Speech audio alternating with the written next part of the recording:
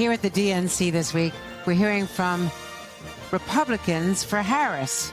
That's what they call themselves, Republican leaders who the Harris Walls campaign says, quote, put country over party. Among them, Mayor John Giles of Mesa, Arizona, who joins me now. Mayor Giles, in your op-ed endorsing Kamala Harris, you say that this is the spirit of John McCain, a great Arizonan, of course. Right. What's your message tonight? Well, it is the John McCain motto of country over party. I warned you they could begin rehearsing. Right on cue, wasn't it? So yeah, John McCain. I worked as an intern in John McCain's office, and he's always been a hero of mine. And so I feel privileged to be able to continue that message of country over party. And it's a message that has never been more necessary than right now. This is a pivotal time in our country, and people like me kind of feel like we're politically homeless. You know, we traditionally have been Republicans. We've traditionally been in the center of our country politically, but we're getting a lot of disinformation right now. So I think it's important that people like me give Republicans and people in the center politically permission to do the right thing, which is to support the vice president. Now, the Arizona Republicans censored you for endorsing Democrat Mark Kelly 2 years ago for the Senate. Right. And so what's your response? Well, that was a very, very similar situation. You know, as a rule, I love being... That was the Kari Lake. Yes, that's part of the explanation for why I did that. Actually, Kari Lake was running against Governor Hobbs, and so I endorsed our Democratic governor then. So again, it's the same explanation. I love being the mayor of my hometown. I am a registered Republican, but it's a nonpartisan office, and I work in a bipartisan fashion with progressive Democrats and conservative Republicans on our city council, and we get along great and we do great things because we focus on the issues that are in the middle.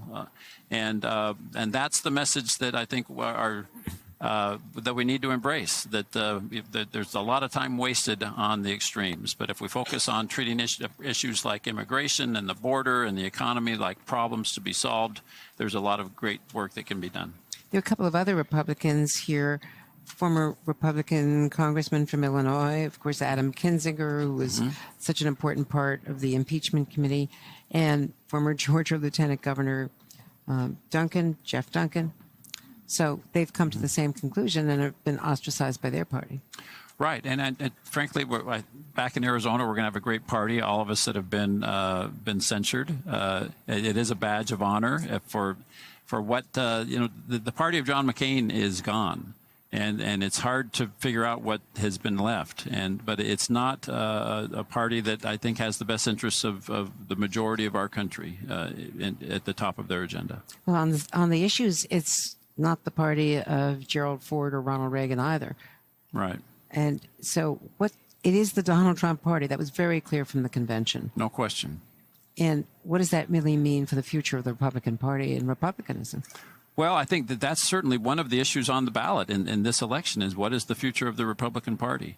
Donald Trump promised us that we'd get tired of winning, didn't he? And really, our experience has been just the opposite. I know in Arizona, the MAGA candidates are doing very well in primaries, and then they're failing miserably in general elections. So again, I think the Republican Party has lost sight of where the pulse of our country is and where the mainstream of our country is. There's a New York Times Siena poll just this past week showing that Vice President Harris is actually leading Donald Trump in Arizona by 5 percentage points. So what more does she need to do to translate that poll into a reality in Arizona? She needs to do more of the same. I think she has a winning message. Certainly, the Republican Party nationally and in Arizona is going to try to pin her with some false claims about the border, about what the best way to solve those problems are. Clearly, the solution to the border was the bipartisan immigration and border bill that Donald Trump blocked. They're also going to try to blame her for the housing affordability issue that we're experiencing in Arizona. So I think the announcements that she's made on the economy in the last week and more of the same will help there. So I'm very optimistic that she'll do well, but Arizona is still too close to call.